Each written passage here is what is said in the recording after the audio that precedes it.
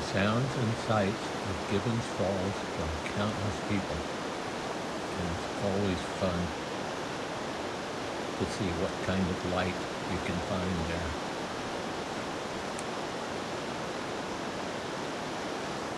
It's always a must-stop on every trip to Yellowstone.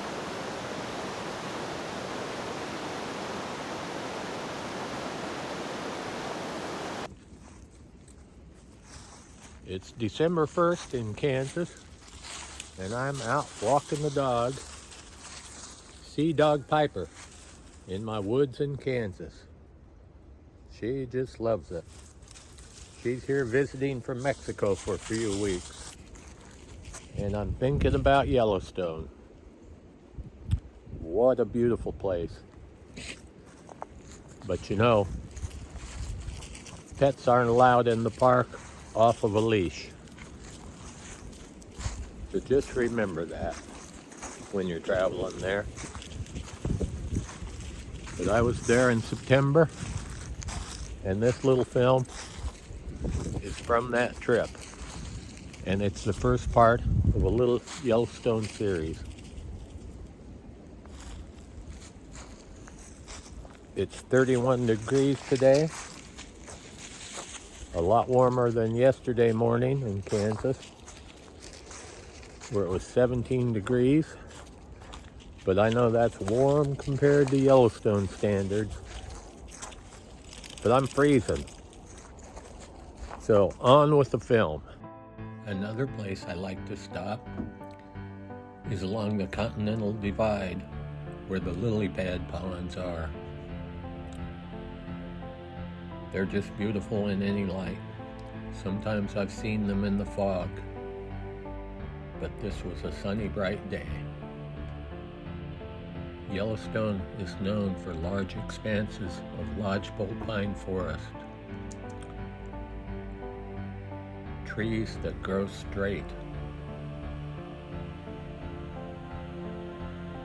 And in years when there are fires, they will burn, but they do come back.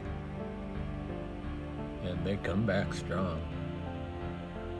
I always love the shadows looking deep into the forest, wondering what lurks farther beyond. Could it be a grizzly? You just never know. If you've spent much time in Yellowstone driving around, you'll certainly know that there are lots of bison in every part of the park, but in particular Hayden Valley and Lamar Valley. And you need to slow down because there can be bison on the road right around any corner. One of my all-time favorite places to visit in Yellowstone is the Firehole River in Firehole Canyon. I always make a point of climbing down.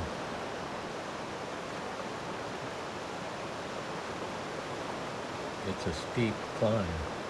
Sometimes you slide, sometimes you slip, but you make it down one way or another. And the lichen-covered rocks are just intensely orange, and the river is loud, swift, and cold. Few people make the climb down, but it's hard to grasp the power and intensity of the river unless you're right down on the canyon floor.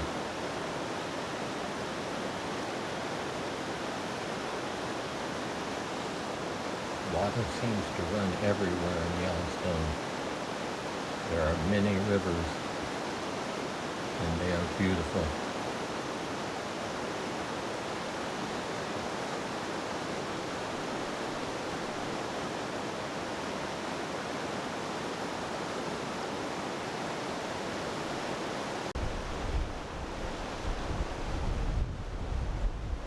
Rivers away from the road are great places to explore the banks without crowds of people, trying to find what you can find, see what you can see.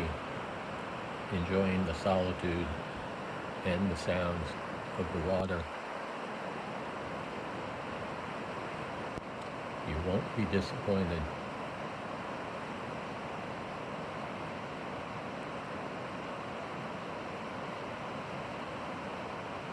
Sometimes I just sit and watch the birds, look for other animals.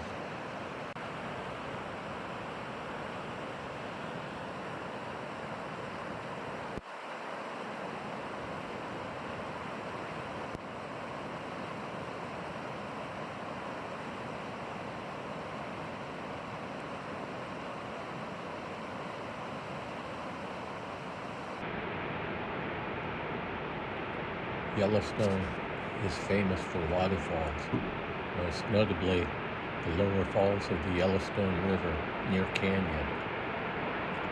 The thundering roar can be heard for miles.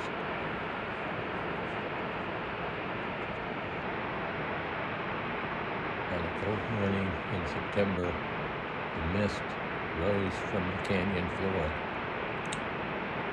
and this is known as the Grand Canyon of the Yellowstone.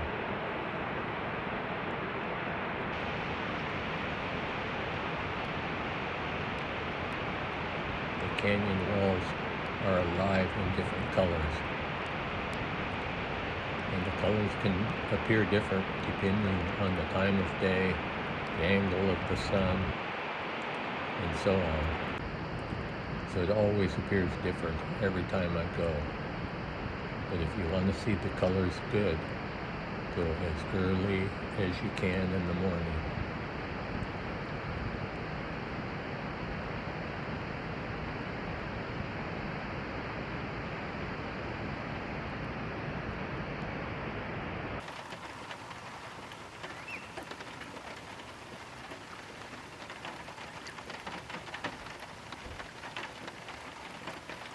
Out near Slough Creek, you get beautiful vistas and lots of marshy little ponds full of birds and watering holes for bison.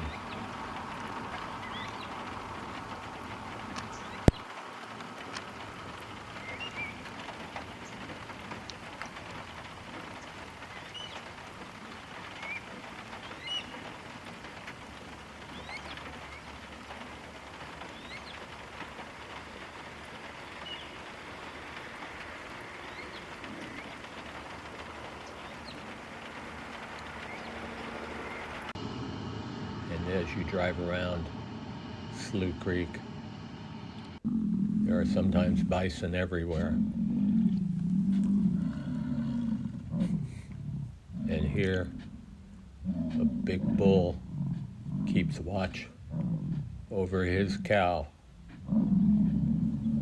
not letting any other bull get close to her.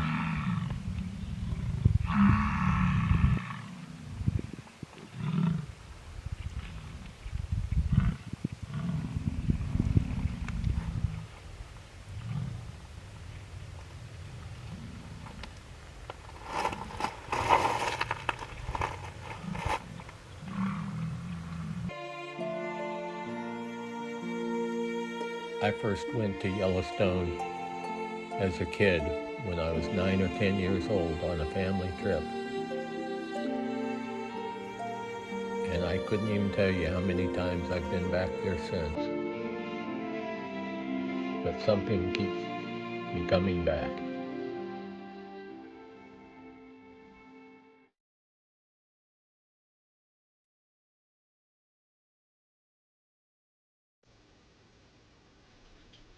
Here's one of my paintings from Yellowstone called Mountain Rising. I painted about 3 years ago. You might recognize it, I hope.